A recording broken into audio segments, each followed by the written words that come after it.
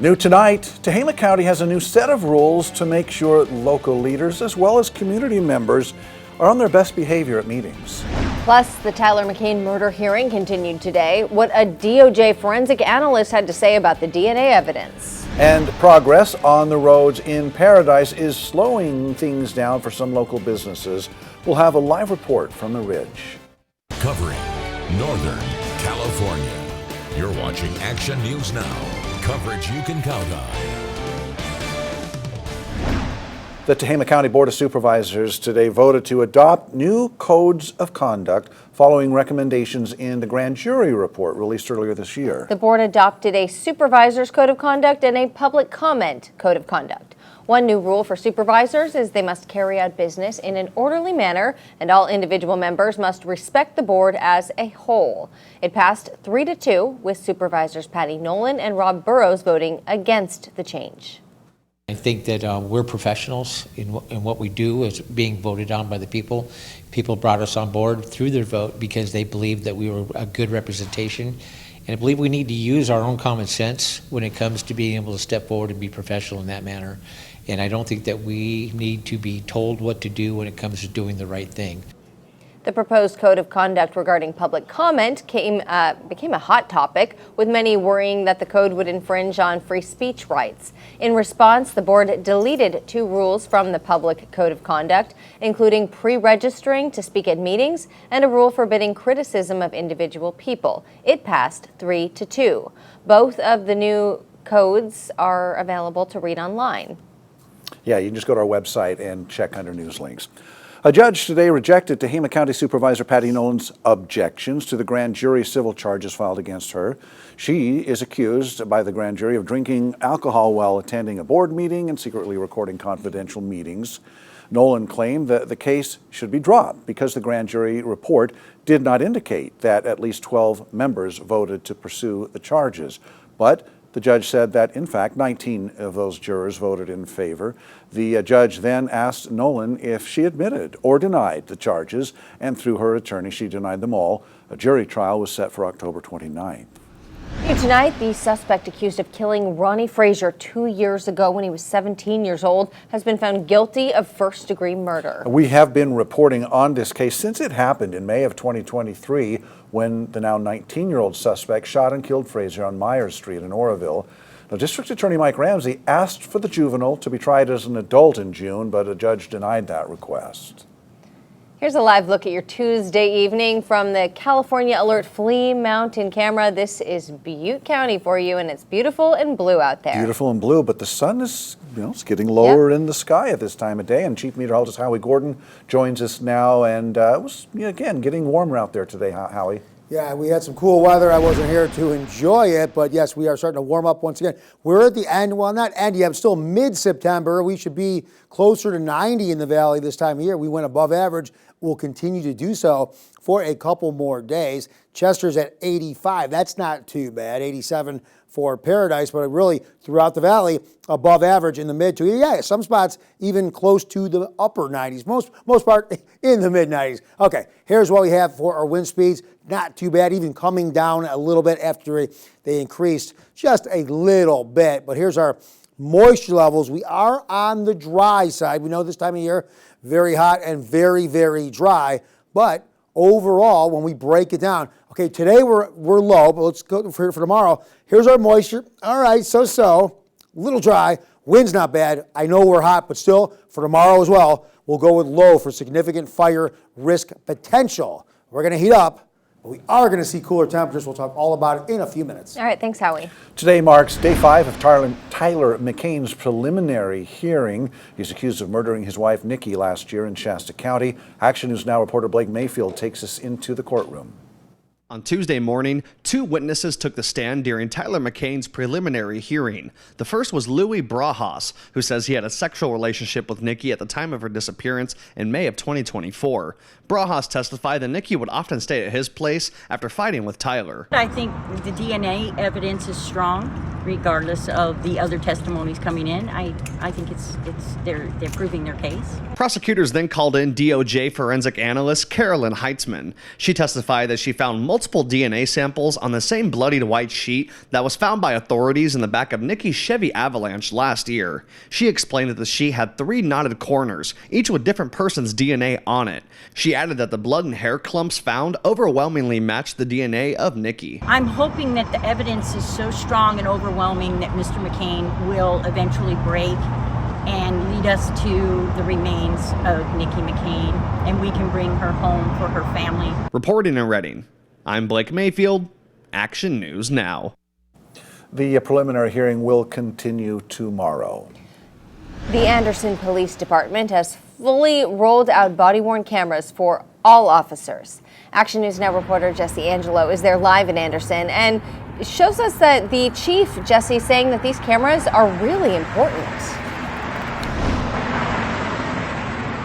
That's right, Haley. Now all officers here at the Anderson Police Department are now suited up with the new body-worn cameras, and the department says it's an investment in both transparency and community trust. After more than a year of planning, testing, and evaluation, the cameras are now in full use at the Anderson Police Department. And during the process, APD searched for state and federal grants to pay for the cameras, but after more than 6 months, they couldn't find any funding available, so they moved forward on their own to make sure officers and community service officers have the right equipment. We prioritize this as a both a risk management tool and a transparency tool. And being the last agency in the county to deploy the body camera system was another factor. And the cameras provide a clear record of infractions, adding protection and clarity for both the community and the police. The department says that the cameras are now fully deployed and will be a standard part of every officer's shift from here on out. Live in Anderson, Jesse Angelo, Action News Now. Okay, thanks, Jesse. The cost for body-worn cameras is about $250,000 for a 5-year contract. A month-long construction project on Clark Road in Paradise is underway. And Action News Now reporter Bea Barbosa is live from James Square Shopping Center, which is kind of right in the middle of all of that construction mess. So Bea, some local businesses say the work is actually taking a toll on their bottom line. Yeah, Alan, the repaving project here on Clark Road has made things tough for several businesses here. During the repavement process, orange cones line up and down Clark Road here to distinguish different lanes of traffic, something that business owners say has made it confusing and difficult for some customers to figure out how to access the parking lot of these businesses. Business owners I spoke with say they've seen up to 75% drops in sales a day because of this, and say that it is compared to the previous time before the construction began. I spoke with Lo-Fi Cafe co-owner Jared Kramer, who brought the issue before the town council last week, sharing how the construction has impacted not only his family's business, but also the other businesses in James Square. Kramer tells me he proposed that the council provide a small business preservation grant for those impacted, but has not heard whether that is something the council is actually considering. I think in the economic development and planning section, planning for that, adding a little of a grant to help people through with just the base expenses to get through that rough time would be really helpful for not only us, but a lot of our community members who are operating small businesses and trying to help Paradise grow. I spoke with Councilmember Woody Colleton today about Kramer's suggestion, and Colleton told me that the portion of the meeting last week where they hear public comments is not meant for council members to respond in that moment, but rather to hear out community concerns. Colleton said, to his knowledge, the issue has not been brought before any department head, and he does not know if it has been discussed further at this time. As for Kramer, the final layer of pavement going down at the end of the month means bracing for continued impact. Kramer told me his family has had to change its business model because of the thousands of dollars they are losing each week. Previously, everything was made to order, but now they are offering grab-and-go lunches in an effort to show people they can get food here quickly, despite what Kramer says is a longer wait time getting into the parking lot than before the construction. Kramer also shared that he has even gone as far as opening secure lines of credit in an attempt to, stay in business. And he says he hopes that his business is able to survive these impacts and continue to be a part of the town's growth.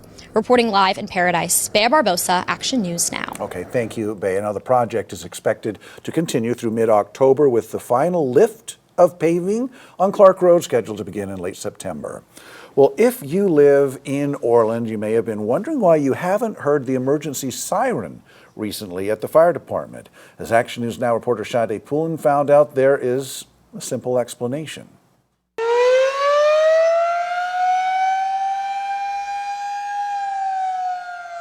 Orland Fire Chief Justin Chaney says the siren at the volunteer fire department has been out of service for about a week now. When functioning properly, the siren lasts for about 90 seconds and goes off automatically whenever Orland Fire is headed to an emergency call. So the siren itself is still working. It's the automatic function that picks up the radio signal that sets it off. It has gone out, and then that part's had to been sent back to Ohio for repairs. Chief Canny says the siren is important because it alerts residents that an emergency is happening nearby and to be aware of emergency vehicles hitting the road. He says the siren also provides as a backup for firefighters to ensure that they hear the emergency calls. Right now, volunteers are relying on their pagers and phones to alert them to emergencies. Does that cause them to miss any emergencies? It can slow the response because some of them have loud jobs and don't always hear their phones or their pager go off. But if you're within the city limits, you always can hear the siren. One Orland woman tells me that she definitely noticed when the siren stopped ringing. Well, I'm already getting used to it. It took me a little bit of time, but it would scare us in the middle of the night.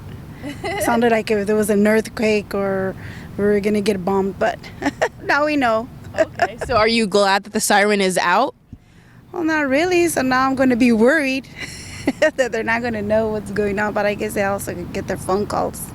The new radio receiver should be ready and installed within the next 2 weeks. Reporting in Orland, I'm Shade Poulin, Action News Now.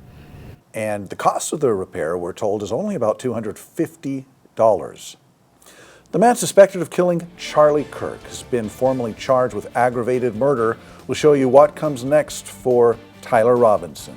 Plus, a story of park fire resilience. We share the team effort to get these goats back to health.